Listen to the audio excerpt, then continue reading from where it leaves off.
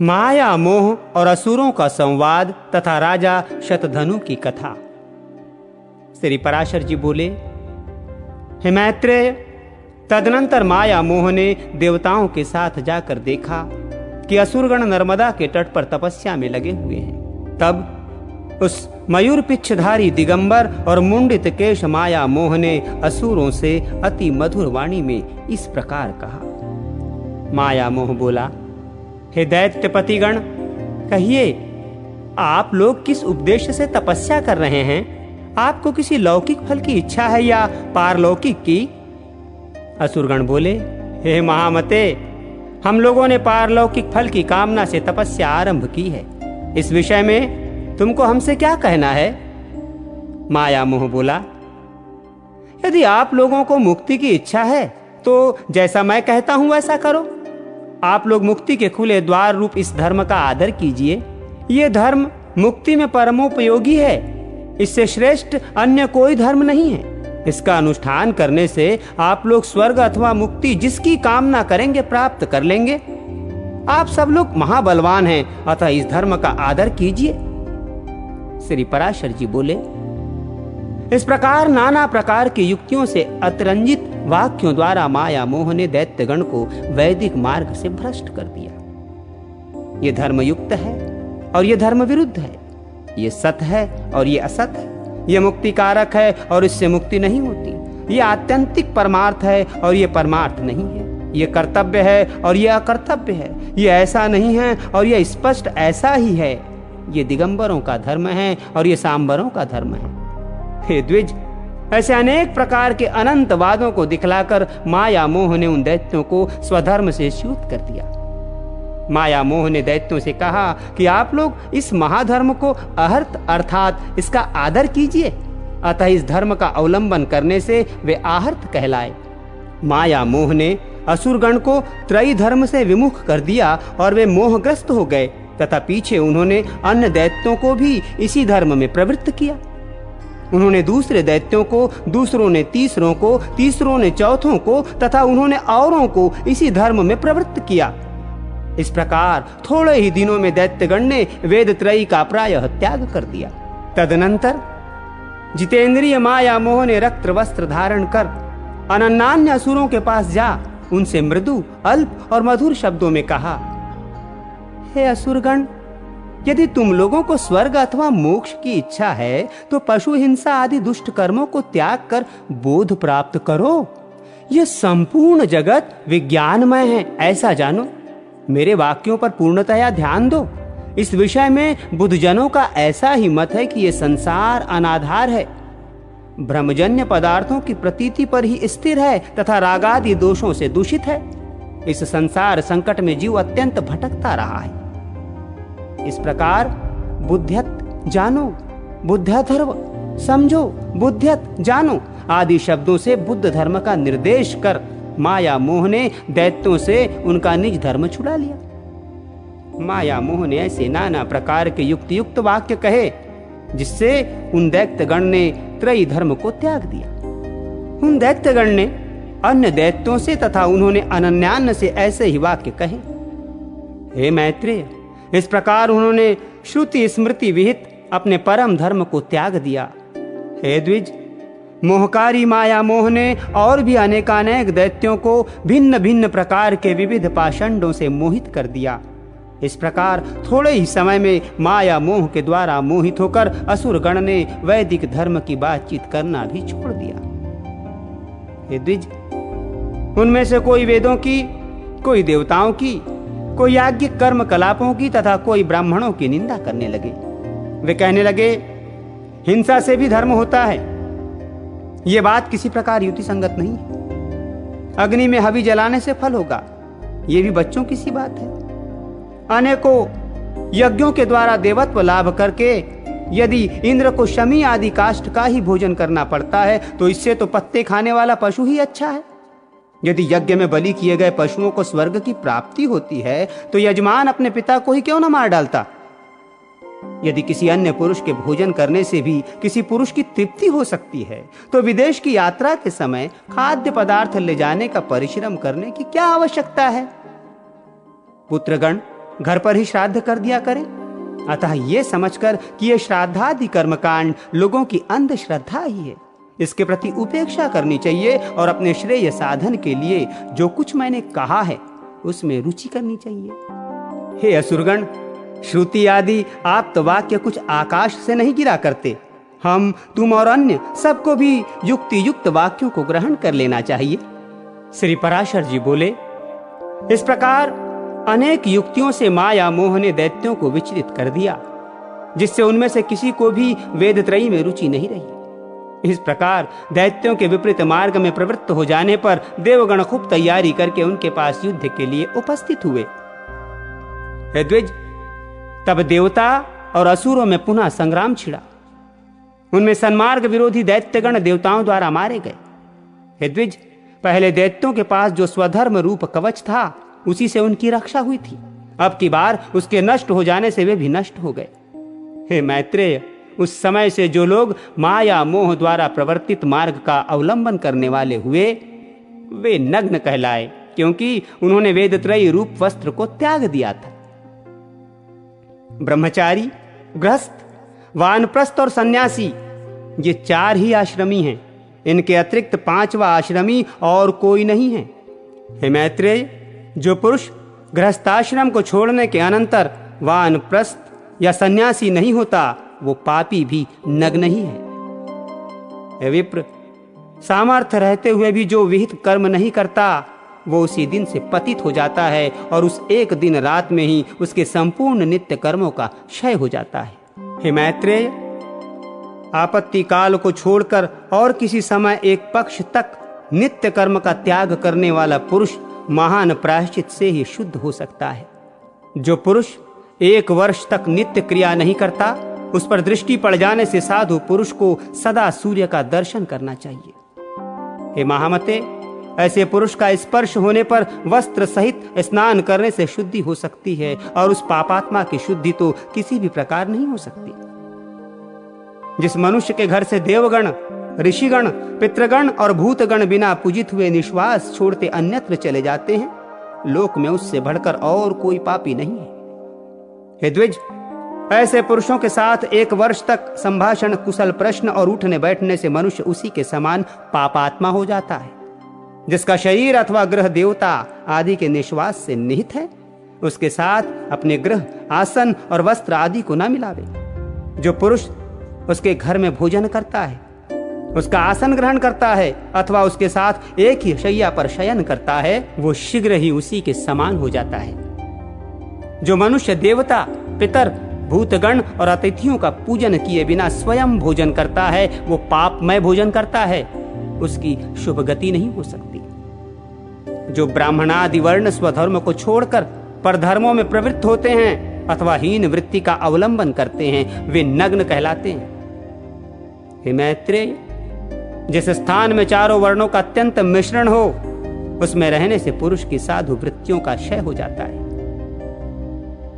जो पुरुष ऋषि, देव, पितृ, भूत और अतिथि गण का पूजन किए बिना भोजन करता है उससे संभाषण करने से भी लोग नरक में पड़ते हैं। अतः वेद त्रयी के त्याग से दूषित इन नग्नों के साथ प्राज्ञ पुरुष सर्वदा संभाषण और स्पर्श आदि का भी त्याग कर दे। यदि इनकी दृष्टि पड़ जाए तो श्रद्धावान पुरुषों का यत्न पूर्वक किया हुआ श्राद्ध देवता अथवा पितृ पितामह गण की तृप्ति नहीं करता। सुना जाता है पूर्व काल में पृथ्वी तल पर शतधनु नाम से विख्यात एक राजा था। उसकी पत्नी शैव्या अत्यंत धर्मपरायणा थी। वो महाभागा पतिव्रता, सत्य, शौच आदि दया से युक्त तथा विनय और नीति आदि संपूर्ण सुलक्षणों से संपन्न थी। उस महारानी के साथ राजा शतधनु ने परम समाधि द्वारा सर्वव्यापक देवदेव श्री जनार्दन की आराधना की। वे प्रतिदिन तन्मय होकर अनन्य भाव से होप, जप, दान, उपवास और पूजन आदि द्वारा भगवान की भक्ति पूर्वक आराधना करने लगे। हे द्विज, एक दिन कार्तिकी पूर्णिमा को उपवास कर उन दोनों पति पत्नियों ने श्री गंगा जी में एक साथ ही स्नान करने के अनंतर बाहर आने पर एक पाषंडी को सामने आते देखा। ये ब्राह्मण उस महात्मा राजा के धनुर्वेदाचार्य का मित्र था। अतः आचार्य के गौरववश राजा ने भी उससे मित्रवत व्यवहार किया, किंतु उसकी पतिव्रता पत्नी ने उसका कुछ भी आदर नहीं किया। वो मौन रही और ये सोचकर कि मैं उपोषिता उपवास युक्त हूँ, उसे देखकर सूर्य का दर्शन किया। हे द्विजोत्तम, फिर उस स्त्री पुरुषों ने यथारीति आकर भगवान विष्णु के पूजा आदि पर संपूर्ण कर्म विधि पूर्वक किए। कालांतर में वो शत्रुजित राजा मर गया। तब देवी शैव्या ने भी चितारूढ़ महाराज का अनुगमन किया। राजा शतधनु ने उपवास अवस्था में पाखंडी से वार्तालाप किया था, अतः उस पाप के कारण उसने कुत्ते का जन्म लिया तथा वो शुभ लक्षणा काशी नरेश की कन्या हुई, जो सब प्रकार के विज्ञान से युक्त सर्व लक्षण संपन्ना और जाति स्मरा पूर्व जन्म का वृत्तांत जानने वाली थी। राजा ने उसे किसी वर को देने की इच्छा की, किंतु उस सुंदरी के ही रोक देने पर वो उसके विवाह आदि से उपरत हो गए। तब उसने दिव्य दृष्टि से अपने पति को श्वान हुआ जान विदिशा नामक नगर में जाकर उसे वहां कुत्ते की अवस्था में देखा। अपने महाभाग पति को श्वान रूप में देखकर उस सुंदरी ने उसे सत्कार पूर्वक अति उत्तम भोजन कराया। उसके दिए हुए उस अति मधुर और इच्छित अन्न को खाकर वो अपनी जाति के अनुकूल नाना प्रकार की चाटुता प्रदर्शित करने लगा। उसके चाटुता करने से अत्यंत संकुचित हो उस बालिका ने कुत्सित योनि में उत्पन्न हुए उस अपने प्रियतम को प्रणाम कर उससे इस प्रकार कहा, महाराज, आप अपनी उस उदारता का स्मरण कीजिए जिसके कारण आज आप श्वान योनि को प्राप्त होकर मेरे चाटुकार हुए हैं। हे प्रभु, क्या आपको यह स्मरण नहीं है कि तीर्थ स्नान के अनंतर पाखंडी से वार्तालाप करने के कारण ही आपको यह कुत्सित योनि मिली है? श्री पराशर जी बोले, काशीराज सुता द्वारा इस प्रकार स्मरण कराए जाने पर उसने बहुत देर तक अपने पूर्व जन्म का चिंतन किया। तब उसे अति दुर्लभ निर्वेद प्राप्त हुआ। उसने अति उदास चित्त से नगर के बाहर आ प्राण त्याग दिए और फिर श्रृगाल योनि में जन्म लिया। तब काशीराज कन्या दिव्य दृष्टि से उसे दूसरे जन्म में श्रृगाल हुआ जान उसे देखने के लिए कोलाहल पर्वत पर गई। वहां भी अपने पति को श्रृगाल योनि में उत्पन्न हुआ देख वो सुंदरी राजकन्या उससे बोली, राजेंद्र, श्वान योनि में जन्म लेने पर मैंने आपसे जो पाखंड से वार्तालाप विषयक पूर्व जन्म का वृत्तांत कहा था, क्या वो आपको स्मरण है? सब सत्यनिष्ठों में श्रेष्ठ राजा शतधनु ने उसके इस प्रकार कहने पर सारा सत्य वृत्तांत जानकर निराहार रहे वन में अपना शरीर छोड़ दिया। फिर वो एक भेड़िया हुआ। उस समय भी आनंदिता राजकन्या ने उस निर्जन वन में जाकर अपने पति को उसके पूर्व जन्म का वृत्तांत स्मरण कराया। उसने कहा, हे महाभाग, तुम भेड़िया नहीं हो, तुम राजा शतधनु हो। तुम अपने पूर्व जन्मों में क्रमशः कुक्कुर और श्रृगाल होकर अब भेड़िया हुए हो। इस प्रकार उसके स्मरण कराने पर राजा ने जब भेड़िए के शरीर को छोड़ा तो गृध्र योनि में जन्म लिया। उस समय भी उसकी निष्पाप भार्या ने उसे फिर बोध कराया, हे नरेंद्र, तुम अपने स्वरूप का स्मरण करो, इस गिद्ध चेष्टाओं को छोड़ो। पाखंड के साथ वार्तालाप करने के दोष से ही तुम गिद्ध हुए हो। फिर दूसरे जन्म में काक योनि को प्राप्त होने पर भी अपने पति को योग बल से पाकर उस सुंदरी ने कहा, हे प्रभो, जिनके वशीभूत होकर संपूर्ण सामंत गण नाना प्रकार की वस्तुएं भेंट करते थे, वही आप आज काक योनि को प्राप्त होकर बलिभोजी हुए हैं। इसी प्रकार काक योनि में भी पूर्व जन्म का स्मरण कराए जाने पर राजा ने अपने प्राण छोड़ दिए और फिर मयूर योनि में जन्म लिया। मयूरावस्था में भी काशीराज की कन्या उस क्षण क्षण में अति सुंदर मयूरोचित आहार देती हुई उसकी टहल करने लगी। उस समय राजा जनक ने अश्वमेघ यज्ञ नामक महायज्ञ का अनुष्ठान किया। उस यज्ञ में अवरभृतु स्नान के समय उस मयूर को स्नान कराया। तब उस सुंदरी ने स्वयं भी स्नान कर राजा को यह स्मरण कराया कि किस प्रकार उसने श्वान और श्रृगाल आदि योनियां ग्रहण की थी। अपनी जन्म परंपरा का स्मरण होने पर उसने अपना शरीर त्याग दिया और फिर महात्मा जनक जी के यहाँ भी पुत्र रूप से जन्म लिया। तब उस सुंदरी ने अपने पिता को विवाह के लिए प्रेरित किया। उसकी प्रेरणा से राजा ने उसके स्वयंवर का आयोजन किया। स्वयंवर होने पर उस राजकन्या ने स्वयंवर में आए हुए अपने उस पति को फिर पति भाव से वरण कर लिया। उस राजकुमार ने काशीराज सुता के साथ नाना प्रकार के भोग भोगे और फिर पिता के परलोकवासी होने पर विदेह नगर का राज्य किया। उसने बहुत से यज्ञ किए, याचिकों को नाना प्रकार से दान दिए, बहुत से पुत्र उत्पन्न किए और शत्रुओं के साथ अनेकों युद्ध किए। इस प्रकार उस राजा ने पृथ्वी का न्यायानुकूल पालन करते हुए राज्य भोग किया और अंत में अपने प्रिय प्राणों को धर्म युद्ध में छोड़ा। तब उस सुलोचना ने पहले के समान फिर अपने चित्तारूढ़ पति का विधि पूर्वक प्रसन्न मन से अनुगमन किया। उससे वो राजा उस राजकन्या के सहित इंद्रलोक में भी उत्कृष्ट अक्षय लोकों को प्राप्त हुआ। हे द्विश्रेष्ठ, इस प्रकार शुद्ध हो जाने पर उसने अतुलनीय अक्षय स्वर्ग, अति दुर्लभ दाम्पत्य और अपने पूर्वार्जित संपूर्ण पुण्य का फल प्राप्त कर लिया। हे द्विज, इस प्रकार मैंने तुमसे पाखंडी से संभाषण करने का दोष और अश्वमेघ यज्ञ में स्नान करने का महात्म वर्णन कर दिया। इसलिए पाखंडी और पापाचारियों से कभी वार्तालाप और स्पर्श न करें। विशेषतः नित्य नैमित्तिक कर्मों के समय और जो यज्ञादि क्रियाओं के लिए दीक्षित हो, उसे तो उनका संसर्ग त्यागना अत्यंत आवश्यक है। जिसके घर में 1 मास तक नित्य कर्मों का अनुष्ठान न हुआ हो, उसको देख लेने पर बुद्धिमान मनुष्य सूर्य का दर्शन करे। फिर जिन्होंने वेदत्रयी का सर्वथा त्याग कर दिया है तथा जो पाखंडियों का अन्न खाते और वैदिक मत का विरोध करते हैं, उन पापात्माओं के दर्शनादि करने पर तो कहना ही क्या है। इन दुराचारी पाखंडियों के साथ वार्तालाप करने, संपर्क रखने और उठने बैठने में महान पाप होता है। इसलिए इन सब बातों का त्याग करें। पाखंडी, विक्रमी, विडाल व्रत वाले, दुष्ट, स्वार्थी और बगुला भक्त लोगों का वाणी से भी आदर न करें। इन पाखंडी, दुराचारी और अति पापियों का संसर्ग दूर से ही त्यागने योग्य है, इसलिए इनका सर्वदा त्याग करें। इस प्रकार मैंने तुमसे नग्नों की व्याख्या की, जिनके दर्शन मात्र से श्राद्ध नष्ट हो जाता है, जिनके साथ संभाषण करने से मनुष्य का 1 दिन का पुण्य क्षीण हो जाता है। ये पाखंडी बड़े पापी होते हैं। बुद्धिमान पुरुष इनसे कभी संभाषण ना करें। इनके साथ संभाषण करने से उस दिन का पुण्य नष्ट हो जाता है।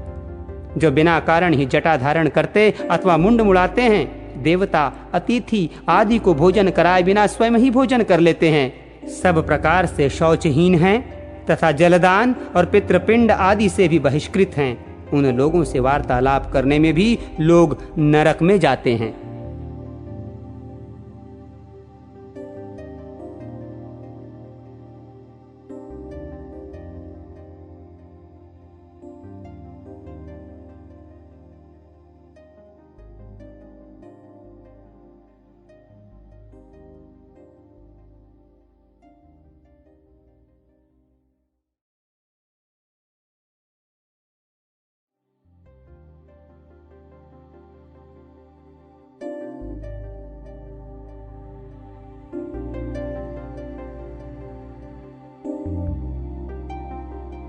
वैवस्व व मनु के वंश का वर्णन।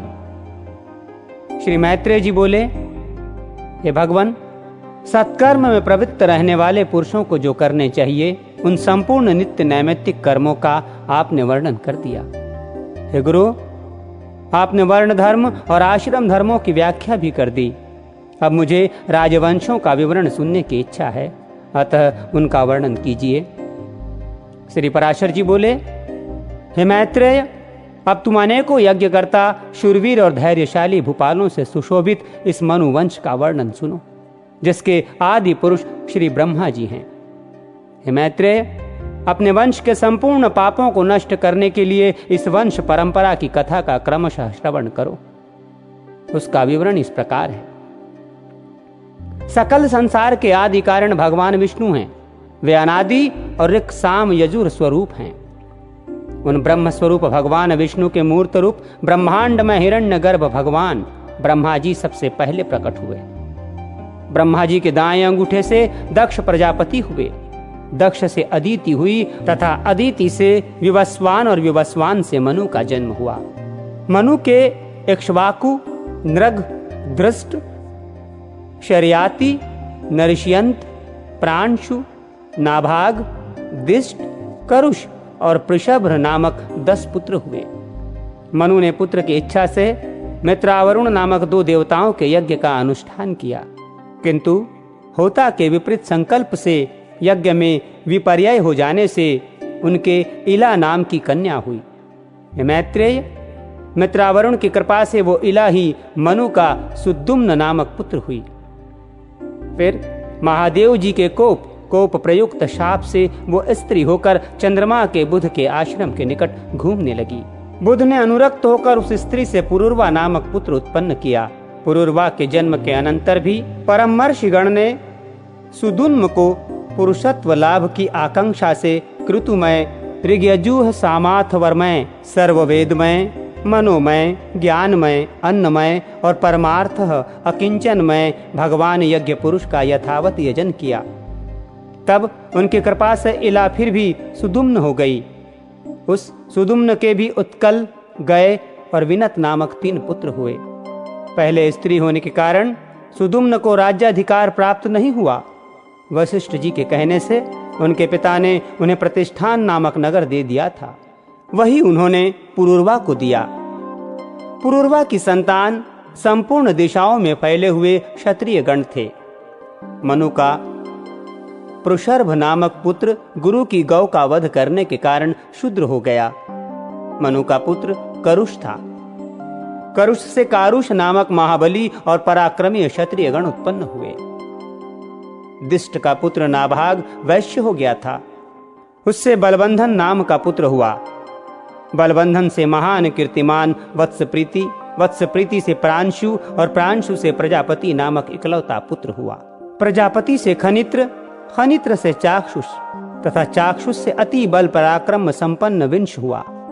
विंश से विविंशक, विविंशक से खनिनेत्र, खनिनेत्र से अति विभूति और अति विभूति से अति बलवान और शूरवीर करंधम नामक पुत्र हुआ। करंधम से अविक्षित हुआ और अविक्षित के मुरुत नामक अति बल पराक्रम युक्त पुत्र हुआ, जिसके विषय में आजकल भी ये 2 श्लोक गाए जाते हैं। मृत का जैसा यज्ञ हुआ था वैसा इस पृथ्वी पर और किसका हुआ है, जिसकी सभी याज्ञिक वस्तुएं सुवर्णमय और अति सुंदर थीं। उस यज्ञ में इंद्र सोमरस से और ब्राह्मणगण दक्षिणा से परितृप्त हो गए थे तथा उसमें मरुद्रुन परोसने वाले और देवगण सदस्य थे। उस चक्रवर्ती मरुत के नरिष्यंत नामक पुत्र हुआ तथा नरिष्यंत के दम और दम के राजवर्धन नामक पुत्र उत्पन्न हुआ। राजवर्धन से सुवृद्धि, सुवृद्धि से केवल और केवल से सुधृति का जन्म हुआ। सुधृति से नर, नर से चंद्र और चंद्र से केवल हुआ। केवल से बंधुमान, बंधुमान से वेगवान, वेगवान से बुध, बुध से तृणबंधु तथा तृणबंधु से पहले तो इलाविला नाम की एक कन्या हुई थी, किंतु पीछे अलम्बुसा नाम की एक सुंदरी अप्सरा उस पर अनुरुक्त हो गई। उससे तृणबिंदु के विशाल नामक पुत्र हुआ, जिसने विशाला नाम की पुरी बसाई। विशाल का पुत्र हेमचंद्र हुआ।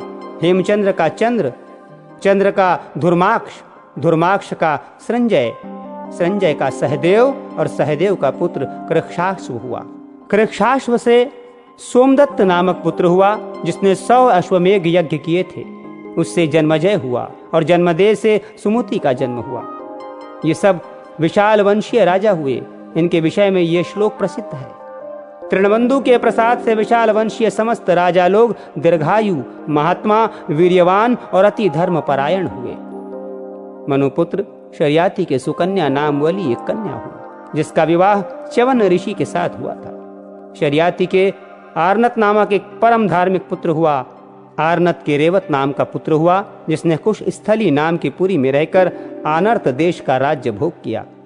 रेवत का भी रेवत कुकुदुषी नामक एक अति धर्मात्मा पुत्र था, जो अपने 100 भाइयों में सबसे बड़ा था। उसने रेवती नाम की एक कन्या हुई। महाराज रेवत अपने साथ लेकर ब्रह्मा जी से ये पूछने के लिए कि ये कन्या किस वर के योग्य है, ब्रह्मलोक को गए। उस समय ब्रह्मा जी के समीप हाहा और हुहु नामक 2 गंधर्व अतितान नामक दिव्य गान गा रहे थे।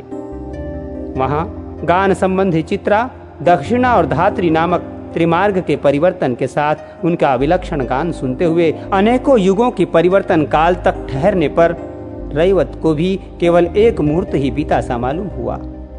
गान समाप्त हो जाने पर रैवत ने भगवान कमल योनि को प्रणाम कर उनसे अपनी कन्या के योग्य वर पूछा। भगवान ब्रह्मा ने कहा, तुम्हें जो वर अभिमत हो उन्हें बताओ। तब उन्होंने भगवान ब्रह्मा जी को पुनः प्रणाम कर अपने समस्त अभिमत वरों का वर्णन किया और पूछा कि इनमें से आपको कौन वर पसंद है जिसे मैं ये कन्या दूं। इस पर भगवान कमल योनि कुछ सिर झुकाकर मुस्कुराते हुए बोले, तुमको जो वर अभिमत है उनमें से तो अब पृथ्वी पर किसी के पुत्र पौत्रादि की संतान भी नहीं है, क्योंकि यहाँ गंधर्वों का गान सुनते हुए तुम्हें कई चतुर्युग बीत चुके हैं। इस समय पृथ्वी तल पर 28वें मनु का चतुर्युग प्रायः समाप्त हो चुका है तथा कलयुग का प्रारंभ होने वाला है। अब तुम अपने समान अकेले ही रह गए हो, अतः ये कन्या रत्न किसी और योग्य वर को दो। इतने समय में तुम्हारे पुत्र, मित्र, कलत्र, मंत्री वर्ग, भृत्यगण, बंधुगण, सेना और कोषादि का भी सर्वथा अभाव हो चुका है। तब तो राजा रैवत ने अत्यंत भयभीत हो भगवान ब्रह्मा जी को पुनः प्रणाम कर पूछा, भगवान ऐसी बात है तो अब मैं इसे किसको दूं? तब सर्वलोक गुरु भगवान कमल योनि कुछ सिर झुकाए हाथ जोड़कर बोले।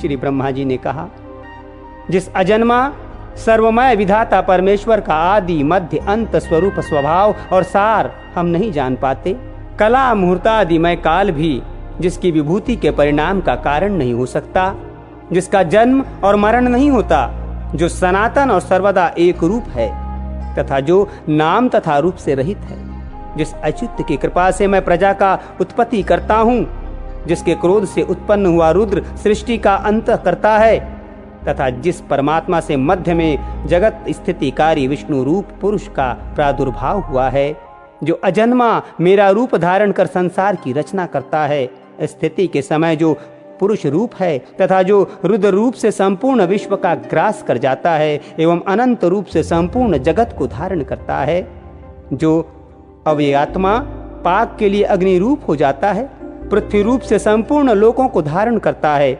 इंद्रादि रूप से विश्व का पालन करता है और सूर्य तथा चंद्र रूप होकर संपूर्ण अंधकार का नाश करता है, जो श्वास प्रश्वास रूप से जीवों में चेष्टा करता है, जल और अन्न रूप से लोक की तृप्ति करता है तथा विश्व के स्थिति में संलग्न रहकर जो आकाश रूप से सबको अवकाश देता है, जो सृष्टि करता होकर भी विश्व रूप से आप ही अपनी रचना करता है, जगत का पालन करने वाला होकर भी आप ही पालित होता है तथा संहारकारी होकर भी स्वयं ही संहर्त होता है, और जो इन तीनों से पृथक इनका अविनाशी आत्मा है, जिसमें ये जगत स्थित है, जो आदि पुरुष जगत स्वरूप है और इस जगत के ही आश्रित तथा स्वयंभू हैं।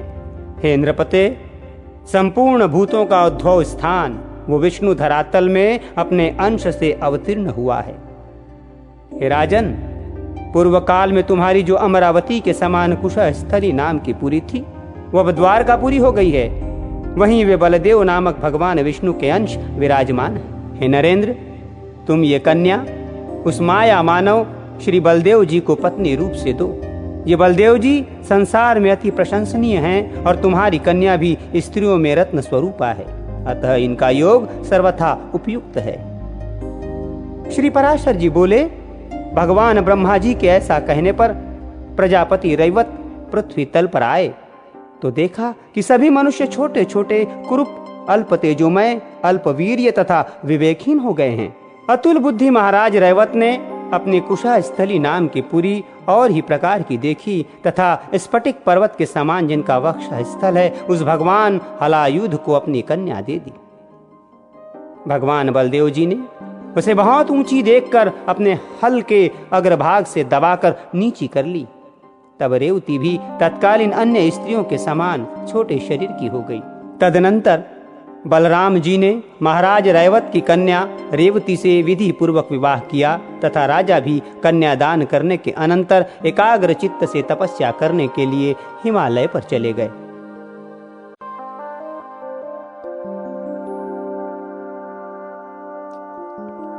इक्ष्वाकु के वंश का वर्णन तथा सौभरी चरित्र। श्री पराशर जी बोले, जिस समय रैवत ककुद में ब्रह्मलोक से लौटकर नहीं आए थे, उसी समय पुण्यजन नामक राक्षसों ने उनकी पूरी कुशस्थली का ध्वंस कर दिया। उनके 100 भाई पुण्यजन राक्षसों के भय से 10 दिशाओं में भाग गए। उन्हीं के वंश में उत्पन्न हुए क्षत्रिय गण समस्त दिशाओं में फैले। धृष्ट के वंश में धराष्ट्रक नामक क्षत्रिय हुए। नाभाग के नाभाग नामक पुत्र हुआ। नाभाग का अम्बरीश और अम्बरीश का पुत्र विरूप हुआ। विरूप से पृषदक्ष का जन्म हुआ तथा उससे रथितर हुआ। रथितर के संबंध में ये श्लोक प्रसिद्ध है। रथितर के वंशज क्षत्रिय संतान होते हुए भी आंगिरस कहलाए, अतः वे शत्रुपेत ब्राह्मण हुए। छींकने के समय मनु की घ्राणेन्द्रिय से इक्ष्वाकु नामक पुत्र का जन्म हुआ। उनके 100 पुत्रों में से विगुक्षी और नेमी और दंड नामक 3 पुत्र प्रधान हुए तथा उनके शकुनी आदि 50 पुत्र उत्तरापथ के और शेष 48 दक्षिणापथ के शासक हुए। इक्ष्वाकु ने अष्टका श्राद्ध का आरंभ कर अपने पुत्र विकुक्षी को आज्ञा दी कि श्राद्ध के समय योग्य मांस लाओ। उसने बहुत अच्छा कहे उनकी आज्ञा को शिरोधार्य किया और धनुष बाण लेकर वन में आ अनेकों मृगों का वध किया, किंतु अति थका मांदा और अत्यंत भूखा होने के कारण विकुक्षी ने उनमें से एक शशक खरगोश खा लिया और बचा हुआ मांस लाकर अपने पिता को निवेदन किया।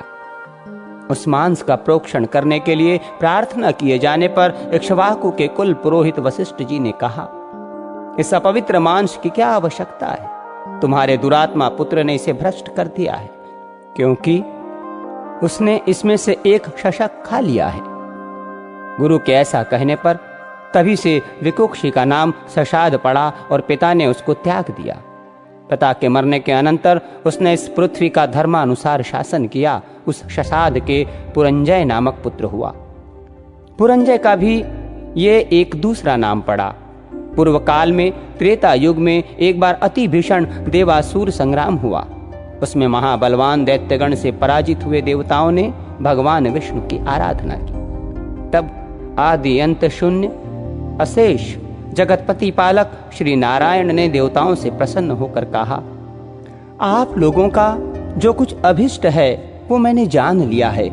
उसके विषय में ये बात सुनिए। राजा श्री शशाद का जो पुरंजय नामक पुत्र है, उस क्षत्रिय श्रेष्ठ के शरीर में मैं अंश मात्र से स्वयं अवतीर्ण होकर उन संपूर्ण दैत्यों का नाश करूंगा।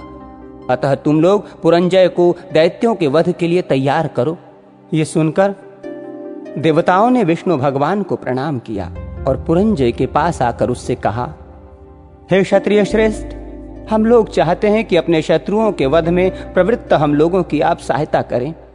हम अभ्यागत जनों का आप मानभंग न करें। ये सुनकर पुरंजय ने कहा, ये जो त्रैलोक के नाथ शतक्रतु आप लोगों के इंद्र हैं, यदि मैं इनके कंधे पर चढ़कर आपके शत्रुओं से युद्ध कर सकूं तो आप लोगों का सहायक हो सकता हूं। ये सुनकर समस्त देवगण और इंद्र ने बहुत अच्छा ऐसा कहकर उनका कथन स्वीकार कर लिया। फिर वृषभ रूपधारी इंद्र की पीठ पर चढ़कर चराचर रूपी भगवान अच्युत के तेज से परिपूर्ण होकर राजा पुरंजय ने रोष पूर्वक सभी दैत्यों को मार डाला। उस राजा ने बैल के ककुद कंधे पर बैठकर दैत्य सेना का वध किया था, अतः उसका नाम कुकुत्सथ पड़ा। कुकुत्सथ के अनेना नामक पुत्र हुआ। अनेना के पृथु, पृथु के विष्टराक्ष, उनके चांद्र यवनाक्ष तथा उस चांद्र यवनाक्ष के शावस्तु नामक पुत्र हुआ, जिसने शाश्वती पुरी बसाई थी। शावस्त के बृहदक्ष तथा बृहदक्ष के कुलयाक्ष का जन्म हुआ, जिसने वैष्णव तेज से पूर्णता लाभ कर अपने 21 सहस्र पुत्रों के साथ मिलकर महर्षि उदक के अपकारी धुंधु नामक दैत्य को मारा था। अतः उनका नाम धुंधुमार हुआ। उनके सभी पुत्र धुंधु के मुख से निकले हुए निश्वासाग्नि से जलकर मर गए। उनमें केवल दृढ़ाक्ष, चंद्राक्ष और कपिलाक्ष ये 3 ही बचे थे। दृढ़राक्ष से हर्यश्व, हर्यश्व से निकुंभ, निकुंभ से अमिताश्व, अमिताश्व से कृशाक्ष, कृशाक्ष से प्रसेनजीत और प्रसेनजीत से युवनाक्ष का जन्म हुआ। युवनाक्ष निसंतान होने के कारण खिन्न चित्त से मुनीश्वरों के आश्रमों में रहा करता था। उसके दुख से द्रव्यभूत होकर दयालु मुनिजनों ने उसके पुत्र उत्पन्न होने के लिए यज्ञानुष्ठान किया। आधी रात के समय उस यज्ञ के समाप्त होने पर मुनिजन मंत्रपूत जल का कलश वेदी में रखकर सो गए। उनके सो जाने पर अत्यंत पिपासाकुल होकर राजा ने उस स्थान में प्रवेश किया और सोए होने के कारण उन ऋषियों को उन्होंने नहीं जगाया तथा उस अपरिमित महात्मशाली कलश के मंत्रपूत जल को पी लिया। जागने पर ऋषियों ने पूछा, इस मंत्रपूत जल को किसने पिया है? इसका पान करने पर ही युवनाक्ष की पत्नी महाबल विक्रमशील पुत्र उत्पन्न करेगी। ये सुनकर राजा ने कहा, मैंने ही बिना जाने ये जल पी लिया है। अतः युवनाक्ष के उदर में गर्भ स्थापित हो गया और क्रमशः बढ़ने लगा। यथा समय बालक राजा की दाई कोख फाड़ कर निकल आया, किंतु इससे राजा की मृत्यु नहीं हुई।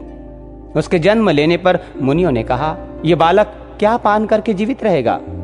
उसी समय देवराज इंद्र ने आकर कहा, यह मेरे आश्रय जीवित रहेगा।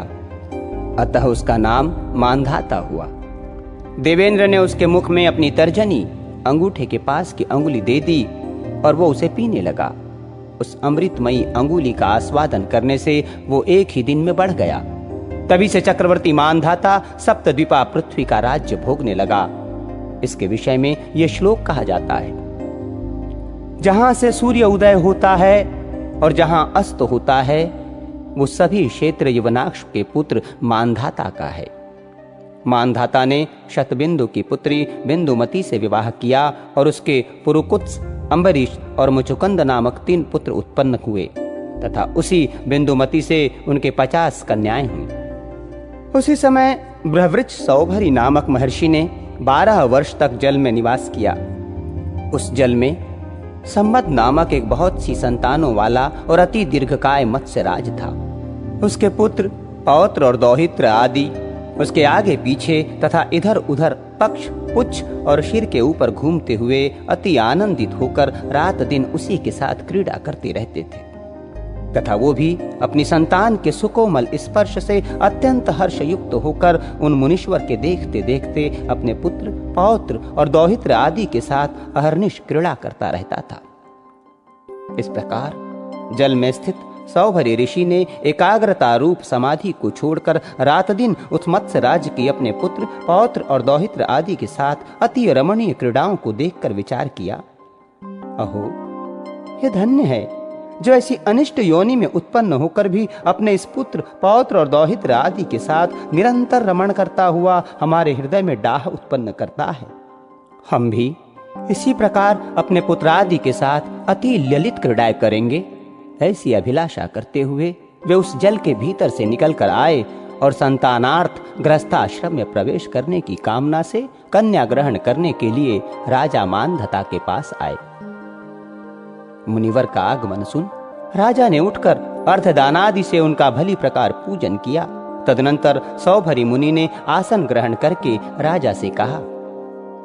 सौभरी जी बोले, हे राजन, मैं कन्या परिग्रह का अभिलाषी हूं, अतः तुम मुझे एक कन्या दो। मेरा प्रणय भंग मत करो। कुकुत्स वंश में कार्यवश आया हुआ कोई भी प्रार्थी पुरुष कभी खाली हाथ नहीं लौटता। हे मानधता, पृथ्वी तल में और भी अनेक राजा लोग हैं और उनके भी कन्याएं उत्पन्न हुई हैं, किंतु याचकों को मांगी हुई वस्तु दान में देने के नियम में दृढ़ प्रतिज्ञ तो ये तुम्हारा प्रशंसनीय कुल ही है। हे राजन, तुम्हारे 50 कन्याएं हैं, उनमें से तुम मुझे केवल एक ही दे दो। हे नृपश्रेष्ठ, मैं इस समय प्रार्थना भंग की आशंका से उत्पन्न अतिशय दुख से भयभीत हो रहा हूं। श्री पराशर जी बोले, ऋषि के ऐसे वचन सुनकर राजा उनके जराजीर्ण देह को देखकर शाप के भय से अस्वीकार करने में कातर हो उनसे डरते हुए कुछ नीचे की ओर मुख करके मन ही मन चिंता करने लगे। सौभरी जी बोले, हे नरेंद्र, तुम चिंतित क्यों होते हो? मैंने इसमें कोई असह्य बात तो कही नहीं है। जो कन्या एक दिन तुम्हें अवश्य देनी ही है, उससे ही यदि हम कृतार्थ हो सके तो तुम क्या नहीं प्राप्त कर सकते हो? श्री पराशर जी बोले, तब भगवान सौभरी के शाप से भयभीत हो राजा मानधता ने नम्रता पूर्वक उनसे कहा। राजा बोले, भगवान, हमारे कुल की ये रीति है कि जिस सत्कुलोत्पन्न वर को कन्या पसंद करती है, वो उसी को दी जाती है। आपकी प्रार्थना तो हमारे मनोरथों से भी परे है। न जाने किस प्रकार ये उत्पन्न हुई है। ऐसी अवस्था में मैं नहीं जानता कि क्या करूं। बस मुझे यही चिंता है। महाराज मानधता के ऐसा कहने पर मुनिवर सौभरी ने विचार किया। मुझको टाल देने का ये एक और ही उपाय है।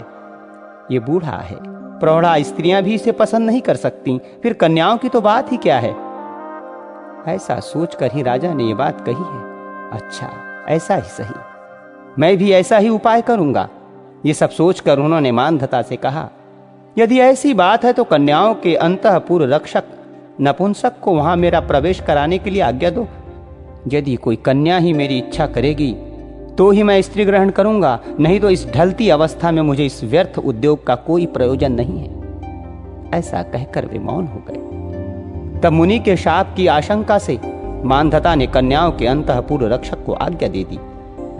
उसके साथ अंतःपुर में प्रवेश करते हुए भगवान सौभरी ने अपना रूप सकल सिद्ध और गंधर्व गण से भी अतिशय मनोहर बना लिया। उन ऋषिवर को अंतःपुर में ले जाकर अंतःपुर रक्षक ने उन कन्याओं से कहा, तुम्हारे पिता महाराज मानधता की आज्ञा है कि ये ब्रह्मर्षि हमारे पास एक कन्या के लिए पधारे हैं और मैंने इनसे प्रतिज्ञा की है कि मेरी जो कोई कन्या श्रीमन को वरण करेगी उसकी स्वच्छंदता में मैं किसी प्रकार की बाधा नहीं डालूंगा।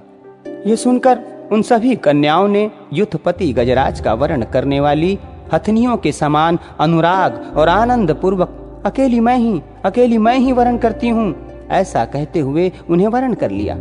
वे परस्पर कहने लगी, अरे बहनों, व्यर्थ चेष्टा क्यों करती हो?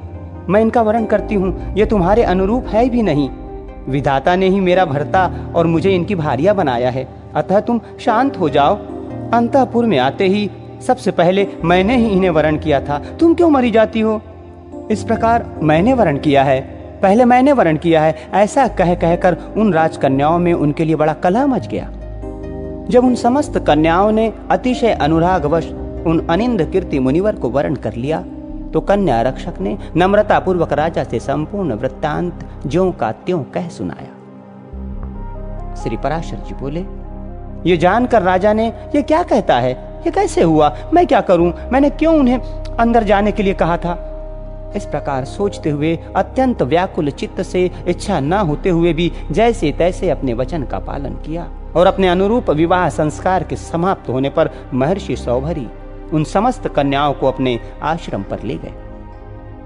वहां आकर उन्होंने दूसरे विधाता के समान अशेष शिल्प कल्प प्रणेता विश्वकर्मा को बुलाकर कहा कि इन समस्त कन्याओं में प्रत्येक के लिए पृथक पृथक महल बनाओ, जिनमें खिले हुए कमल और कूचते हुए सुंदर हंस तथा कारंडव आदि जल पक्षियों से सुशोभित जलाशय हो, सुंदर उपधान, मसनद, शैया और परिच्छद, ओढ़ने के लिए वस्त्र हो तथा पर्याप्त खुला हुआ स्थान हो। तब संपूर्ण शिल्प विद्या के विशेष आचार्य विश्वकर्मा ने भी उनकी आज्ञा अनुसार सब कुछ तैयार करके उन्हें दिखलाया। तदनंतर महर्षि सौभरी की आज्ञा से उन महलों में अनिवार्य आनंद नाम की महानिधि निवास करने लगी।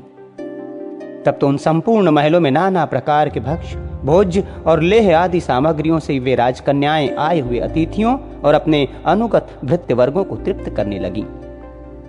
एक दिन पुत्रियों के स्नेह से आकर्षित होकर राजा मानधता ये देखने के लिए कि वे अत्यंत दुखी हैं या सुखी, महर्षि सौभरी के आश्रम के निकट आए तो उन्होंने वहां अति रमणीय उपवन और जलाशयों से उक्त स्फटिक शिला के महलों की पंक्ति देखी जो फैलती हुई मयूख मालाओं से अत्यंत मनोहर मालूम पड़ती थी। तदनंतर वे एक महल में जाकर अपनी कन्या का स्नेह पूर्वक आलिंगन कर आसन पर बैठे और फिर बढ़ते हुए प्रेम के कारण नयनों में जल भरकर बोले, बेटी, तुम लोग यहाँ सुखपूर्वक होना, तुम्हें किसी प्रकार का कष्ट तो नहीं है? महर्षि सौभरी तुमसे स्नेह करते हैं या नहीं? क्या तुम्हें हमारे घर की भी याद आती है? पिता के ऐसा कहने पर उस राजपुत्री ने कहा, पिताजी, ये महल अति रमणीय है, ये उपवनादि भी अतिशय मनोहर है। खिले हुए कमलों से युक्त इन जलाशयों में जल पक्षीगण सुंदर बोली बोलते रहते हैं। भक्ष, भोज आदि खाद्य पदार्थ, उबटन और वस्त्राभूषण आदि भोग तथा सुमोकल शय्या आसन आदि सभी मन के अनुकूल है। इस प्रकार हमारा गृहस्थ यद्यपि सर्व संपत्ति संपन्न है, तथापि अपनी जन्मभूमि की याद भला किसको नहीं आती। आपकी कृपा से यद्यपि सब कुछ मंगलमय है, तथापि मुझे एक बड़ा दुख है कि हमारे पति ये महर्षि मेरे घर से बाहर कभी नहीं जाते। अत्यंत प्रीति के कारण ये केवल मेरे ही पास रहते हैं, मेरी अन्य बहनों के पास ये जाते ही नहीं हैं। इस कारण से मेरी बहनें अति दुखी होंगी, यही मेरे अति दुख का कारण है। उसके ऐसा कहने पर राजा ने दूसरे महल में जाकर अपनी कन्या का आलिंगन किया और आसन पर बैठने के अनंतर उससे भी इसी प्रकार पूछा।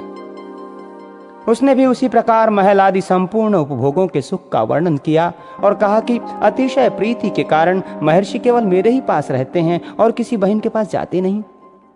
इस प्रकार पूर्ववत सुनकर राजा एक एक करके प्रत्येक महल में गए और प्रत्येक कन्या से इसी प्रकार पूछा और उन सबने भी वैसा ही उत्तर दिया। अंत में आनंद और विस्मय के भार से विशशित होकर उन्होंने एकांत में स्थित भगवान सौभरी की पूजा करने के अनंतर उनसे कहा, भगवान, आपकी ही योग्य सिद्धि का ये महान प्रभाव देखा है। इस प्रकार के महान वैभव के साथ और किसी को भी विलास करते हुए हमने नहीं देखा, सो ये सब आपकी तपस्या का ही फल है। इस प्रकार उनका अभिवादन कर वे कुछ काल तक उन मुनिवर के साथ ही अभिमत भोग भोगते रहे और अंत में अपने नगर को चले आए।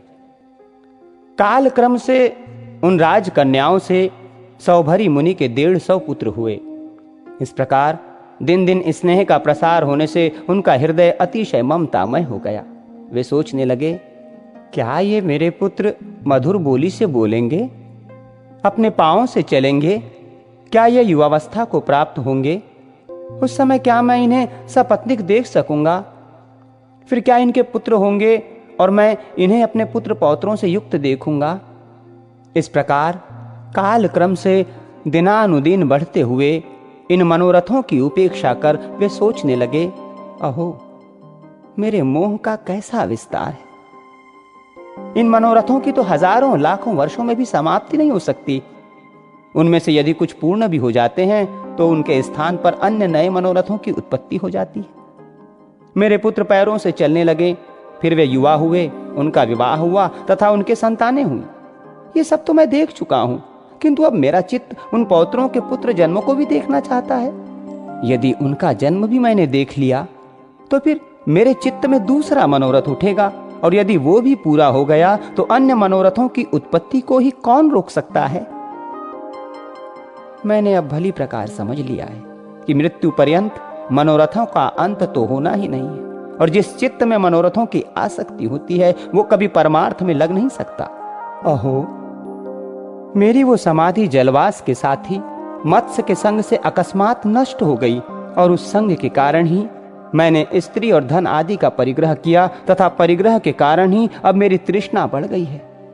एक शरीर ग्रहण करना ही महान दुख है, और मैंने तो इन राजकन्याओं का परिग्रह करके उसे 50 गुना कर दिया है, तथा अनेक पुत्रों के कारण अब वो बहुत ही बढ़ गया है। अब आगे भी पुत्रों के पुत्र तथा उनके पुत्रों से और उनका पुनः पुनः विवाह संबंध करने से और भी बढ़ेगा। ये ममता रूप विवाह संबंध अवश्य बड़े ही दुख का कारण है। जलाशय में रहकर मैंने जो तपस्या की थी उसकी फल स्वरूपा ये संपत्ति तपस्या की बाधक है। मत्स्य के संग से मेरे चित्त में जो पुत्र आदि का राग उत्पन्न हुआ था उसी ने मुझे ठग लिया। निसंगता ही यतियों को मुक्ति देने वाली है। संपूर्ण दोष संगत से ही उत्पन्न होते हैं। संग के कारण तो योगारूढ़ यति भी पतित हो जाते हैं, फिर मंद गति मनुष्यों की तो बात ही क्या है। परिग्रह रूपी ग्राह ने मेरी बुद्धि को पकड़ा हुआ है। इस समय मैं ऐसा उपाय करूंगा जिससे दोषों से मुक्त होकर फिर अपने कुटुंबियों के दुख से दुखी ना हूं। अब मैं सबके विधाता, अचिंत्य रूप, अणु से भी अणु और सबसे महान सत्व एवं तमः स्वरूप तथा ईश्वरों के भी ईश्वर भगवान विष्णु की तपस्या करके आराधना करूंगा। उन संपूर्ण तेजों में सर्वस्वरूप, अव्यक्त, विस्पष्ट शरीर, अनंत श्री विष्णु भगवान में मेरा दोष रहित चित्त सदा निश्चल रहे, जिससे मुझे फिर जन्म ना लेना पड़े। जिस सर्वरूप, अमल, अनंत, सर्वेश्वर आदि मध्य शून्य से पृथक और कुछ भी नहीं है, उस गुरुजनों के भी परम गुरु भगवान विष्णु की ही मैं शरण लेता हूं। श्री पराशर जी बोले, इस प्रकार मन ही मन सोचकर सौभरी मुनि पुत्र, गृह, आसन, परिच्छद आदि संपूर्ण पदार्थों को छोड़कर अपनी समस्त स्त्रियों के सहित वन में चले गए। वहां वानप्रस्थों के योग्य समस्त क्रियाकलापों का अनुष्ठान करते हुए संपूर्ण पापों का क्षय हो जाने पर तथा मनोवृत्ति के राग द्वेषहीन हो जाने पर आहवनी आदि अग्नियों को अपने में स्थापित कर सन्यासी हो गए। फिर भगवान में आसक्त हो संपूर्ण कर्म कलाप का त्याग कर परमात्म परायण पुरुषों के अच्युत पद मोक्ष को प्राप्त किया, जो अजन्मा, अनादि, अविनाशी, विकार, मरणादि धर्मों से रहित, इंद्रियादियों से अतीत तथा अनंत है। इस प्रकार मानधाता की कन्याओं के संबंध में मैंने इस चरित्र का वर्णन किया है। जो कोई इस सौभरी चरित्र का स्मरण करता है अथवा पढ़ता पढ़ाता है, सुनता सुनाता है, धारण करता कराता, लिखता लिखवाता है तथा सीखता सिखाता है अथवा उपदेश करता है, उसके 6 जन्मों तक दुह संतति, असधर्म और वाणी अथवा मन की कुमार्ग में प्रवृत्ति तथा किसी भी पदार्थ में ममता नहीं होती।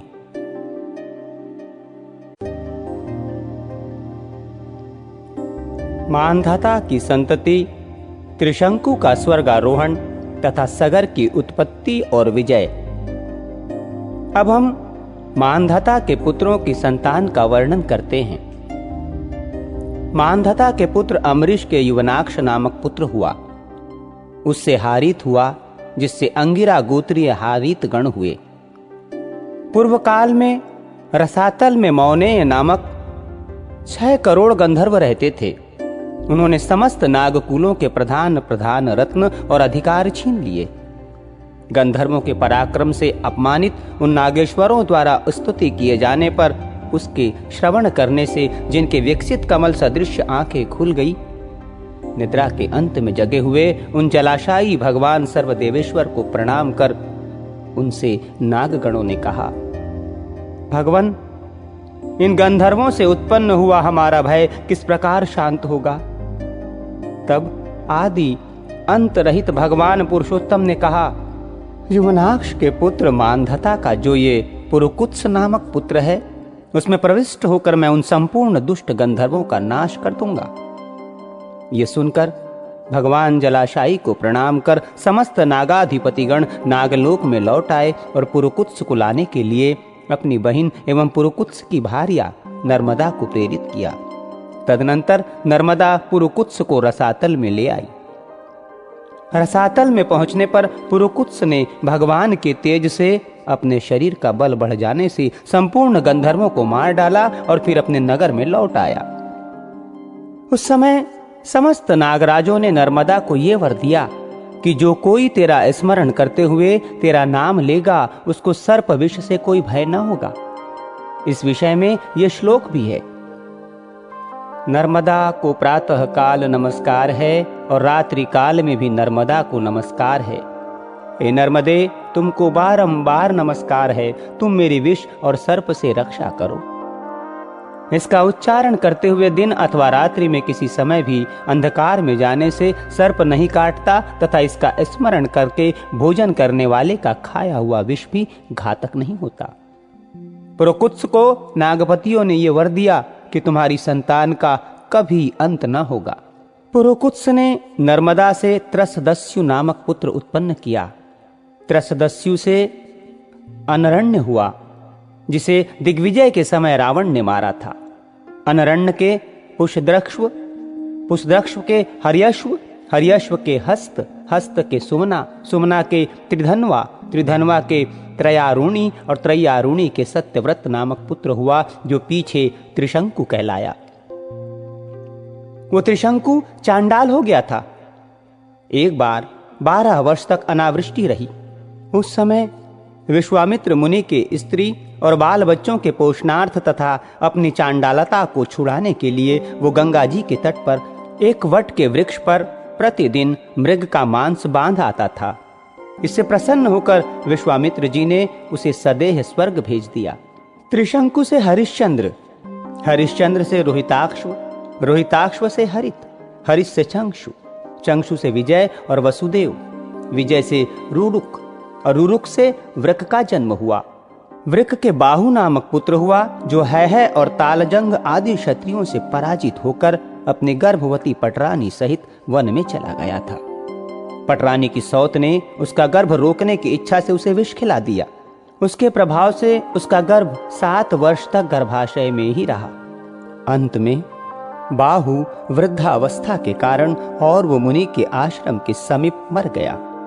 तब उसकी पटरानी ने चिता बनाकर उस पर पति का शव स्थापित कर उसके साथ सती होने का निश्चय किया। उसी समय भूत, भविष्यत और वर्तमान तीनों काल के जानने वाले भगवान और ने अपने आश्रम से निकलकर उससे कहा, ऐ साध्वी, इस व्यर्थ दुराग्रह को छोड़। तेरे उदर में संपूर्ण भूमंडल का स्वामी, अत्यंत बल पराक्रमशील, अनेक यज्ञों का अनुष्ठान करने वाला और शत्रुओं का नाश करने वाला चक्रवर्ती राजा है। तू ऐसे दुस्साहस का उद्योग न कर। ऐसा कहे जाने पर वो अनुमरण सती होने के आग्रह से विरत हो गई और भगवान और वो उसे अपने आश्रम पर ले आए। वहां कुछ ही दिनों में उस गर्भ विष के साथ ही एक अति तेजस्वी बालक ने जन्म लिया। भगवान और ने उसके जात कर्म आदि संस्कार कर उसका नाम सगर रखा तथा उसका उपनयन संस्कार होने पर और ने ही उसे वेद, शास्त्र एवं भार्गव नामक आग्नेय शस्त्रों की शिक्षा दी। बुद्धि का विकास होने पर उस बालक ने अपनी माता से कहा, माँ, ये तो बता, इस तपोवन में हम क्यों रहते हैं और हमारे पिता कहाँ हैं? इसी प्रकार के और भी प्रश्न पूछने पर माता ने उससे संपूर्ण वृत्तांत कह दिया। तब तो पिता के राज्यापहरण को सहन न कर सकने के कारण उसने है और तालजंग आदि क्षत्रियों को मार डालने की प्रतिज्ञा की और प्रायः सभी है और तालजंग वंशीय राजाओं को नष्ट कर दिया। उनके पश्चात शक, यवन, काम्बोज, पारद और पहवगण भी हताहत होकर सगर के कुलगुरु वशिष्ठ जी की शरण में गए। वशिष्ठ जी ने उन्हें जीवन अमृत जीते हुए ही मरे के समान करके सगर से कहा, बेटा, इन जीते जी मरे हुओं का पीछा करने से क्या लाभ है? देख, तेरी प्रतिज्ञा को पूर्ण करने के लिए मैंने ही इन्हें स्वधर्म और द्विजातियों के संसर्ग से वंचित कर दिया है। राजा ने जो आज्ञा कहकर गुरुजी के कथन का अनुमोदन किया और उनके वेश बदलवा दिए। उसने यवनों के सिर मुड़वा दिए, शकों को अर्ध मुंडित कर दिया, पारदों के लंबे लंबे केश रखवा दिए, पहवों के मूछ धाड़ी रखवा दी तथा इनको और इनके समान अनन्यान्य क्षत्रियों को भी स्वाध्याय और षट सकार आदि से बहिष्कृत कर दिया। अपने धर्म को छोड़ देने के कारण ब्राह्मणों ने भी इनका परित्याग कर दिया, अतः ये मलेच्छ हो गए। तदनंतर महाराज सगर अपनी राजधानी में आकर अप्रतिहत सैन्य से युक्त हो इस संपूर्ण सप्तद्वीपवती पृथ्वी का शासन करने लगे।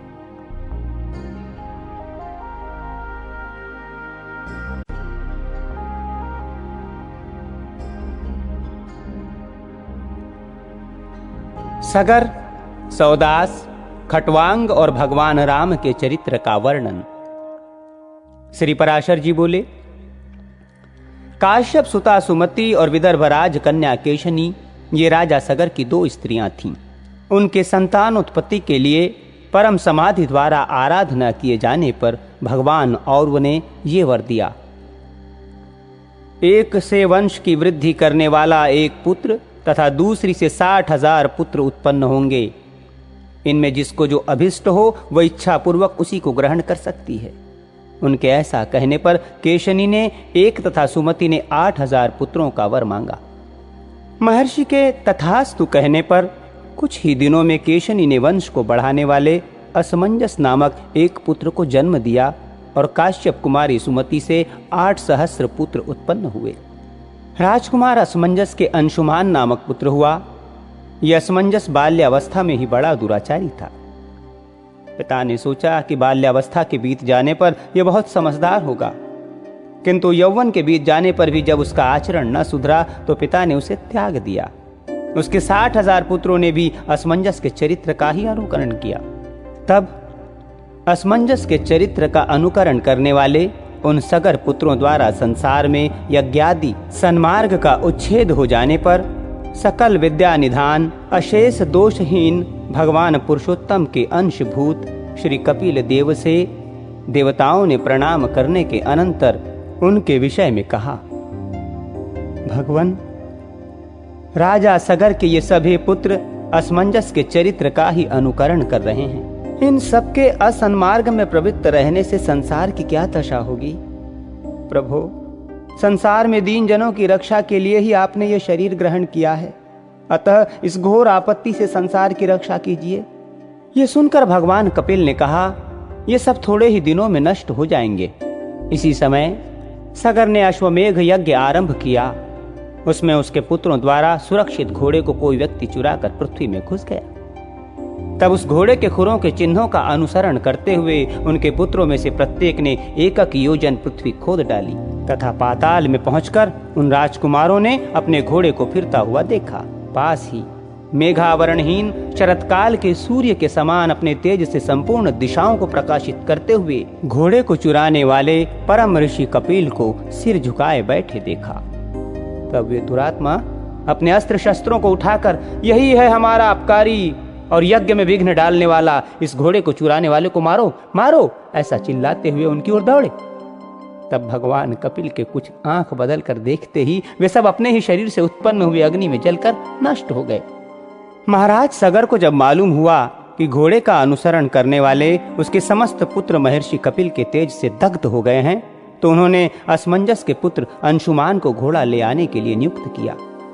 वो सगर पुत्रों द्वारा खोदे हुए मार्ग से कपिल जी के पास पहुंचा और भक्ति विनम्र होकर उनकी स्तुति की। तब भगवान कपिल ने उससे कहा, बेटा जा, इस घोड़े को ले जाकर अपने दादा को दे और तेरी जो इच्छा हो वही वर मांग ले। तेरा पौत्र गंगा जी को स्वर्ग से पृथ्वी पर लाएगा। इस पर अंशुमान ने यही कहा कि मुझे ऐसा वर दीजिए जो ब्रह्मदंड से आहत होकर मरे हुए मेरे अस्वर्गीय पितृगण को स्वर्ग की प्राप्ति कराने वाला हो। ये सुनकर भगवान ने कहा, मैं तुझसे पहले ही कह चुका हूं कि तेरा पौत्र गंगा जी को स्वर्ग से पृथ्वी पर लाएगा। उनके जल से इनकी अस्थियों को भस्म का स्पर्श होते ही ये सब स्वर्ग को चले जाएंगे। भगवान विष्णु के नखशिख से निकले हुए उस जल का ऐसा महात्म्य है कि वो कामना पूर्वक केवल स्नाधिकारियों में ही उपयोगी हो, सो नहीं अपितु बिना कामना के मृतक पुरुष के अस्थि, चर्म, स्नायु तथा केश आदि का स्पर्श हो जाने से या उसके शरीर का कोई अंग गिरने से भी वो देहधारी को तुरंत स्वर्ग में ले जाता है। भगवान कपिल के ऐसा कहने पर वो उन्हें प्रणाम कर घोड़े को लेकर अपने पितामह की यज्ञशाला में आया। राजा सरक ने भी घोड़े के मिल जाने पर अपना यज्ञ समाप्त किया और पुत्रों के खोदे हुए सागर को ही अपत्य स्नेह से अपना पुत्र माना। उस अंशुमान के दिलीप नामक पुत्र हुआ और दिलीप के भगीरथ हुआ, जिसने गंगा जी को स्वर्ग से पृथ्वी पर लाकर उनका नाम भगीरथी कर दिया। भगीरथ से सुहोत्र, सुहोत्र से श्रुति, श्रुति से नाभाग, नाभाग से अंबरीश, अंबरीश से सिंधु द्वीप, सिंधु द्वीप से अयुतायु और अयुतायु से ऋतुपर्ण नामक पुत्र हुआ, जो राजा नल का सहायक और धृतकीड़ा का पारदर्शी था। ऋतुपर्ण का पुत्र सर्वकाम था, उसका सुदास और सुदास का पुत्र सौदास मित्र सह हुआ। एक दिन मृगिया के लिए वन में घूमते घूमते उसने 2 व्याघ्र देखे। इन्होंने संपूर्ण वन को मृगहीन कर दिया है, ऐसा समझकर उसने उनमें से एक को बाण से मार डाला। मरते समय वो अति भयंकर रूप क्रूर वदन राक्षस हो गया तथा दूसरा भी मैं इसका बदला लूंगा ऐसा कहकर अंतर्धान हो गया। कालांतर में सौदास ने एक यज्ञ किया। यज्ञ समाप्त हो जाने पर जब आचार्य वशिष्ठ जी बाहर चले गए, तब वो राक्षस वशिष्ठ जी का रूप बनाकर बोला, यज्ञ के पूर्ण होने पर मुझे नरमांस युक्त भोजन कराना चाहिए, अतः तुम ऐसा अन्न तैयार कराओ, मैं अभी आता हूं। ऐसा कहकर वो बाहर चला गया। फिर रसोइयों का वेश बनाकर राजा की आज्ञा से उसने मनुष्य का मांस पकाकर उसे निवेदन किया। राजा भी उसे सुवर्ण पात्र में रखकर वशिष्ठ जी के आने की प्रतीक्षा करने लगा और उनके आते ही वो मांस निवेदन कर दिया।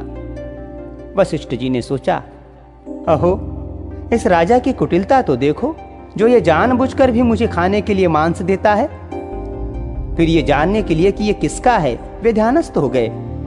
ध्यानावस्था में उन्होंने देखा वो तो नरमांस है तब तो क्रोध के कारण शुद्ध चित्त होकर उन्होंने राजा को ये शाप दिया, क्योंकि तूने जानबूझकर भी हमारे जैसे तपस्वियों के लिए अत्यंत अभक्ष ये नरमांस मुझे खाने को दिया है, इसीलिए तेरी इसी में लोलुपता होगी, अर्थात तू राक्षस हो जाएगा। तदनंतर राजा के ये कहने पर कि भगवान आप ही ने ऐसी आज्ञा दी थी, वशिष्ठ जी ये कहते हुए कि क्या मैंने ही ऐसा कहा था, फिर समाधिस्थ हो गए। समाधि द्वारा यथार्थ बात जानकर उन्होंने राजा पर अनुग्रह करते हुए कहा, तू अधिक दिन नरमांस भोजन न करेगा, केवल 12 वर्ष ही तुझे ऐसा करना होगा। वशिष्ठ जी के ऐसा कहने पर राजा सौदास भी अपनी अंजलि में जल लेकर मुनीश्वर को शाप देने के लिए उद्यत हुआ, किंतु अपनी पत्नी मदयंती द्वारा, भगवान ये हमारे कुलगुरु हैं, इस कुलदेव रूप आचार्य को शाप देना उचित नहीं है, ऐसा कहे जाने से शांत हो गया तथा अन्न और मेघ की रक्षा के कारण उस शाप जल को पृथ्वी या आकाश में नहीं फेंका, बल्कि उससे अपने पैरों को ही भिगो लिया। उस क्रोध युक्त जल से उसके पैर झुलसकर कलमाश वर्ण चितकबरे हो गए। तभी से उनका नाम कलमाशपाद हुआ तथा वशिष्ठ जी के शाप के प्रभाव से छठे काल में अर्थात तीसरे दिन के अंतिम भाग में वो राक्षस स्वभाव धारण कर वन में घूमते हुए अनेकों मनुष्यों को खाने लगा। एक दिन उसने एक मुनीश्वर को ऋतुकाल के समय अपनी भार्या से संगम करते देखा। उस अति भीषण राक्षस रूप को देखकर भय से भागते हुए उन दंपतियों में से उसने ब्राह्मण को पकड़ लिया। तब ब्राह्मणी ने उससे नाना प्रकार से प्रार्थना की और कहा, हे राजन, प्रसन्न होइए, आप राक्षस नहीं हैं बल्कि इक्ष्वाकु कुलतिलक महाराज मित्रसह हैं। आप स्त्री संयोग के सुख को जानने वाले हैं। मैं अतृप्त हूँ, मेरे पति को मारना आपको उचित नहीं है। इस प्रकार उसके नाना प्रकार से विलाप करने पर भी उसने उस ब्राह्मण को इस प्रकार भक्षण कर लिया जैसे बाघ अपने अभिमत पशु को वन में पकड़कर खा जाता है। तब ब्राह्मणी ने अत्यंत क्रोधित होकर राजा को शाप दिया, अरे तूने मेरे अतृप्त रहते हुए भी इस प्रकार मेरे पति को खा लिया, इसलिए कामोपभोग से प्रवृत्त होते हुए ही तेरा अंत हो जाएगा। इस प्रकार शाप देकर वो अग्नि में प्रविष्ट हो गई। तदनंतर 12 वर्ष के अंत में शाप मुक्त हो जाने पर एक दिन विषय कामना में प्रवृत्त होने पर रानी मदयंती ने उसे ब्राह्मणी के शाप का स्मरण करा दिया। तभी से राजा ने स्त्री संभोग त्याग दिया। पीछे पुत्रहीन राजा के प्रार्थना करने पर वशिष्ठ जी ने मदयंती के गर्भाधान किया। जब उस गर्भ ने 7 वर्ष व्यतीत होने पर भी जन्म न लिया तो देवी मदयंती ने उस पर पत्थर से प्रहार किया। इससे उसी समय पुत्र उत्पन्न हुआ और उसका नाम अश्मक हुआ। अश्मक के मूलक नामक पुत्र हुआ। जब परशुराम जी द्वारा ये पृथ्वी तल क्षत्रियहीन किया जा रहा था, उस समय उस मूलक की रक्षा वस्त्रहीना स्त्रियों ने घेर कर की थी। इससे उसे नारी कवच भी कहते हैं। मूलक के दशरथ, दशरथ के इलविल, इलविल के विश्वसह और विश्वसह के खटवांग नामक पुत्र हुआ, जिसने देवासुर संग्राम में देवताओं की प्रार्थना करने पर दैत्यों का वध किया था। इस प्रकार स्वर्ग में देवताओं का प्रिय करने से उनके द्वारा वर मांगने के लिए प्रेरित किए जाने पर उसने कहा, यदि मुझे वर ग्रहण करना ही पड़ेगा तो आप लोग मेरी आयु बतलाइए। तब देवताओं के ये कहने पर कि तुम्हारी आयु केवल 1 मुहूर्त और रही है, वो देवताओं के दिए हुए एक अनवरुद्ध गति विमान पर बैठकर बड़ी शीघ्रता से मर्त्य लोक में आया और कहने लगा, यदि मुझे ब्राह्मणों की अपेक्षा कभी अपना आत्मा भी प्रियतर नहीं हुआ, यदि मैंने कभी स्वधर्म का उल्लंघन नहीं किया और संपूर्ण देव, मनुष्य, पशु, पक्षी और वृक्षादि में श्री अच्युत के अतिरिक्त मेरी अन्य दृष्टि नहीं हुई, तो मैं निवृत्ता पूर्वक उन मुनिजन वंदित प्रभु को प्राप्त हूँ। ऐसा कहते हुए राजा खटवांग ने संपूर्ण देवताओं के गुरु, अकथनीय स्वरूप, सत्ता मात्र शरीर परमात्मा भगवान वासुदेव में अपना चित्त लगा दिया और उन्हीं में लीन हो गए। इस विषय में भी पूर्व काल में सप्तर्षियों द्वारा कहा हुआ श्लोक सुना जाता है। उसमें कहा है, खटवांग के समान पृथ्वी तल में अन्य कोई भी राजा नहीं होगा, जिसने 1 मुहूर्त मात्र जीवन के रहते ही स्वर्गलोक से भूमंडल में आकर अपनी बुद्धि द्वारा तीनों लोकों को सत्य स्वरूप भगवान वासुदेव में देखा। खटवांग से दीर्घबाहु नामक पुत्र हुआ। दीर्घबाहु से रघु, रघु से अज और अज से दशरथ ने जन्म लिया। दशरथ जी के भगवान कमलनाभ जगत के स्थिति के लिए अपने अंशों से राम, लक्ष्मण, भरत और शत्रुघ्न इन 4 रूपों से पुत्र भाव को प्राप्त हुए। राम जी ने बाल्यावस्था में ही विश्वामित्र जी की यज्ञ रक्षा के लिए जाते हुए मार्ग में ही ताट का राक्षसी को मारा। फिर यज्ञशाला में पहुंचकर मारीच को वाण रूपी वायु से आहत कर समुद्र में फेंक दिया और सुबाहु आदि राक्षसों को नष्ट कर डाला। उन्होंने अपने दर्शन मात्र से अहल्या को निष्पाप किया। जनक जी के राजभवन में बिना श्रम ही महादेव जी का धनुष तोड़ा और पुरुषार्थ से ही प्राप्त होने वाली अयोनिजा जनक राज नंदिनी श्री सीता जी को पत्नी रूप से प्राप्त किया। और तदनंतर संपूर्ण क्षत्रियों को नष्ट करने वाले समस्त है कुल के लिए अग्नि स्वरूप परशुराम जी के बलवीर्य का गर्व नष्ट किया। फिर पिता के वचन से राज्य लक्ष्मी को कुछ भी न गिनकर भाई लक्ष्मण और धर्मपत्नी सीता के सहित वन में चले गए।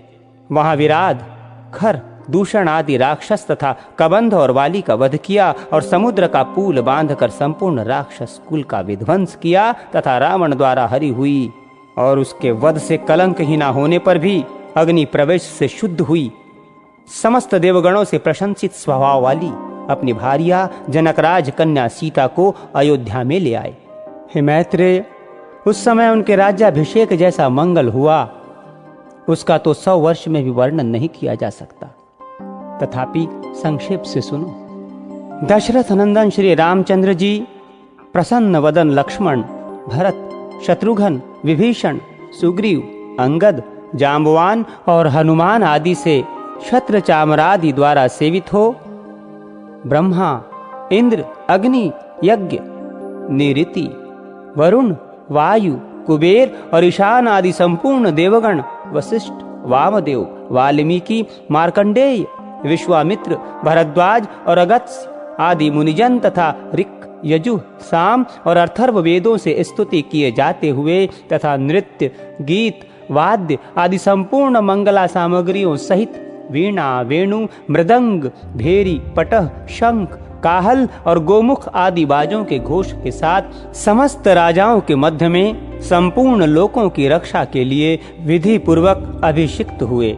इस प्रकार दशरथ कुमार, कौशलाधिपति, रघुकुल तिलक, जानकी वल्लभ तीनों भ्राताओं के प्रिय श्री रामचंद्र जी ने सिंहासनारूढ़ होकर 11,000 वर्ष राज्य शासन किया।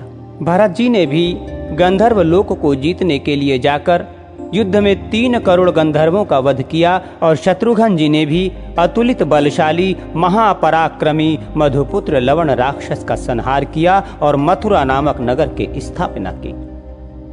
इस प्रकार अपने अतिशय बल पराक्रम से महान दुष्टों को नष्ट करने वाले भगवान राम, लक्ष्मण, भरत और शत्रुघ्न संपूर्ण जगत की यथोचित व्यवस्था करने के अनंतर फिर स्वर्ग लोक को पधारे। उनके साथ ही जो अयोध्या निवासी उन भगवत दंश स्वरूपों के अतिशय अनुरागी थे, उन्होंने भी तन्मय होने के कारण सालोक की मुक्ति प्राप्त की। दुष्ट दलन भगवान राम के कुश और लव नामक 2 पुत्र हुए। इसी प्रकार लक्ष्मण जी के अनंद और चंद्रकेतु, भरत जी के तक्ष और पुष्कल तथा शत्रुघ्न जी के सुबाहु और शूरसेन नामक पुत्र हुए। कुश के अतिथि, अतिथि के निषद, निषद के अनल, अनल के नभ, नभ के पुंडरिक, पुंडरिक के शेमधनवा, शेमधनवा के देवानिक, देवानिक के अहिनक, अहिनक के रूरु, रूरु के पारियात्रक, पारियात्रक के देवल, देवल के वंचल, वंचल के उत्क, उत्क के वज्रनाभ, वज्रनाभ के शंखण, शंखण के युषिताक्ष और युषिताक्ष के विश्वसह नामक पुत्र हुआ। विश्वसह के हिरण्यनाभ नामक पुत्र हुआ, जिसने जैमिनी के शिष्य महायोगीश्वर याज्ञवल्क्य जी से योग्य विद्या प्राप्त की थी।